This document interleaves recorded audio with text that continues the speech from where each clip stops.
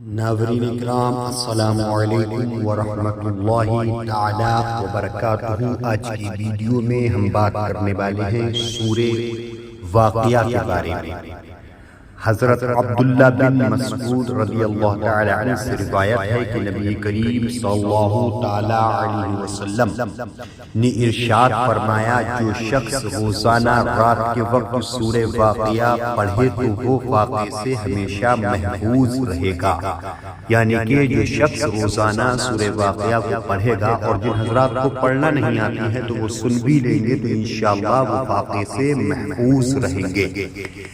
حضرت انس بن مالک رضی اللہ تعالی عنہ سے روایت ہے کہ نبی کریم صلی اللہ تعالی علیہ وسلم نے ارشاد فرمایا، اپنی عورتوں کو سورہ واقعہ سکھاؤ، کیونکہ یہ سورۃ الغنا یعنی محتاجی دور کرنے والی سورت ہے۔ یعنی کہ جو شخص روزانہ سورہ واقعہ کی تلاوت کرے گا تو وہ شخص کبھی غریب نہیں ہوگا، اس کے گھر میں فاقہ کشی نہیں ہوگی۔ تو میں اس سورت کو روزانہ پڑھتا ہوں، تو انشاءاللہ آپ حضرات کو بھی میں یہ سورت پڑھ کے سنا رہا ہوں۔ جن حضرات کو پڑھنا آتا ہے وہ روزانہ پڑھ لیا کریں، جن کو پڑھنا نہیں آتا ہے تو وہ تمام پیسے کی ٹینشن لینے سے بہتر یہ ہے کہ روزانہ سورہ واقعہ کی تلاوت کر لیا کریں۔ اعوذ باللہ من الشیطان الرجیم، بسم اللہ الرحمن الرحیم۔ اذا وقعت الواقعہ لیس لوقعتها کاذبہ خافضة رافعة إذا رجت الأرض رجا وبست الجبال بسا فكانت هباء منبثا وكنتم أزواجا ثلاثة فأصحاب الميمنة ما أصحاب الميمنة وأصحاب المشأمة ما أصحاب المشأمة والسابقون السابقون أولئك المقربون في جنات النعيم ثلة من الأولين وقليل من الآخرين على سرر موضونة متكئين عليها متقابلين يطوف عليهم ولدان مخلدون بأكواب وأباريق وكأس من معين لا يصدعون عنها ولا ينزفون وفاكهة مما يتخيرون ولحم طير مما يشتهون وحور عين كأمثال اللؤلؤ المكنون جزاء بما كانوا يعملون لا يسمعون فيها لغوا ولا تأثيما إلا قيلا والسلاما والسلاما وأصحاب اليمين ما أصحاب اليمين في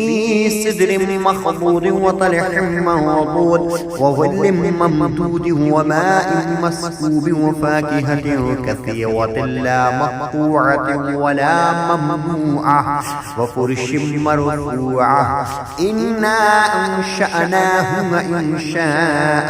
فجعلناهن أبكارا عربا أترابا لأصحاب اليمين ثلة من الأولين وثلة من الآخرين وأصحاب الشمال ما أصحاب الشمال في سموم وحميم وظل من يحموم لا بارد ولا كريم إنهم كانوا قبل ذلك مترفين وكانوا يصرون على الحنث العظيم وكانوا يقولون أئذا متنا وكنا ترابا وعظاما أئنا لمبعوثون أفآباؤنا الأولون قل إن الأولين والآخرين لمجموعون إلى ميقات يوم معلوم ثم إنكم أيها الضالون المكذبون لآكلون من شجر من زقوم فمالئون منها البطون فالشاربون عليه من الحميم فالشاربون شرب الهيم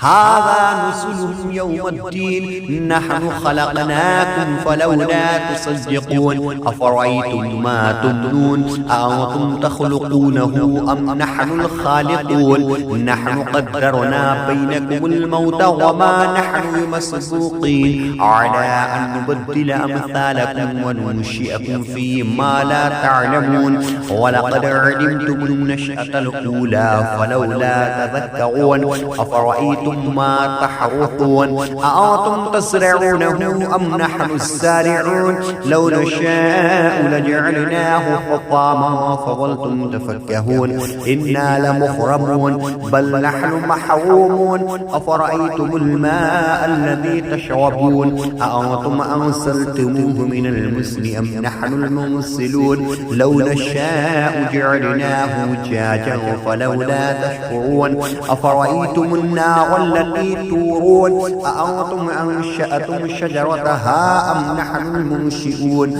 نحن جعلناها تذكرة ومتاعا للمقوين فسبح باسم ربك العظيم فلا أقسم بمواقع النجوم وإنه لقسم لو تعلمون عظيم إنه لقرآن كريم في كتاب مكنون لا يمسه إلا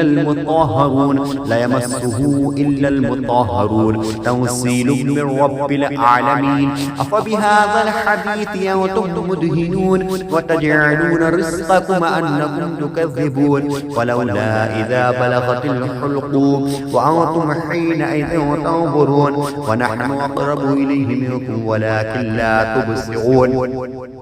فلولا إن كنتم خير مدينين ترجعونها إن كنتم صادقين فأما إن كان من المقربين فروح وريحان وجنة نعيم وأما إن كان من أصحاب اليمين فسلام لك من أصحاب اليمين وأما إن كان من المكذبين الضالين فنزل من حميم وتصلية الجحيم إن هذا لهو حق اليقين فسبح بسم ربك العظيم।